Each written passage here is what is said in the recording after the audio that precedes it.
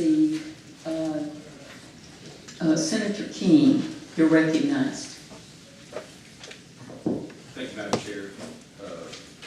You're going to make an announcement about the CFCO audit. Is it okay if I do that? Please, go right ahead.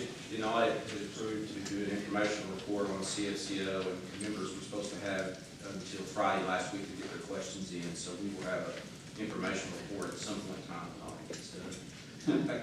Can I ask a question? Yes. When you were talking about, you said Medicaid numbers enrollees that went down. Is that what you said? Traditional Medicaid conditions. I didn't include the private option piece in this because basically the next discussion is entirely about the private option. So here, try to focus on traditional Medicaid. But the Medicaid, what you're going to spend on Medicaid next year is going to go up. I mean, it's went up the last 2 years. Even with the private option, your total amount we're spending on traditional Medicaid is going up. Yes. So it's not 2.1%. Private option Medicaid grew 2.1%. 2.1%, but it's estimated to grow at much more than that this next year, right? Well, for purposes of our budget, what we did for projecting, we actually rebased the 2015 figures to 4% when we had been using 5%. So we do expect it to grow. I don't know that anyone thinks you're going to maintain the 1.6 or 7 and 2.1% growth you've had over the last 2 years because there are national trends that have impacted the cost of medical care. But we do hope to grow far below those historical rates, which are that 5 to 10%. And I guess this is not the way, but the fact is that traditional Medicaid spending is more than it ever has been before, and it's going to go up. I think if I can speak to that, I think historically, we've seen growth rates within 5 to 10% of the program year on year. I think over the past few years, both through our payment improvement efforts as well as through a lot of the other things that we have going on in Medicaid, we've actually conservatively projected our budget at 5% growth rate.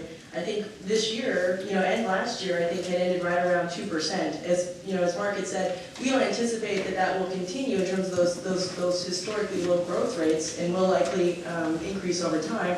But we obviously feel very very positive about what we're seeing, and the fact that if you look at a year-on-year spend rate, we're actually spending less compared to other years from a rate of growth perspective.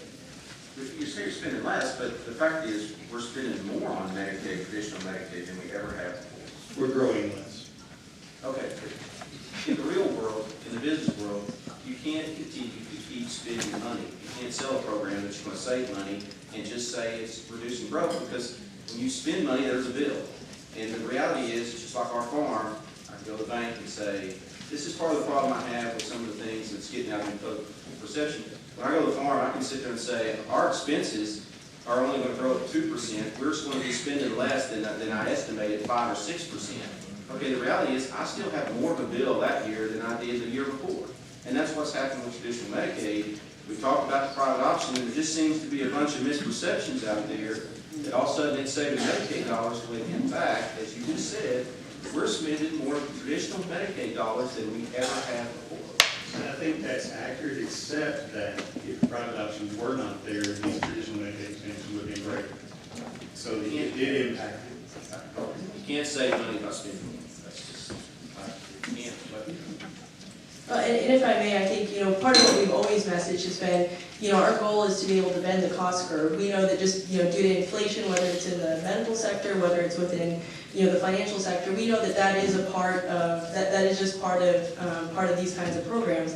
But our intent has always been to bend the cost curve, and so we don't necessarily expect to see negative growth. Certainly that may happen from time to time in specific programs, but really I think to be able to end up with a sustainable rate of growth.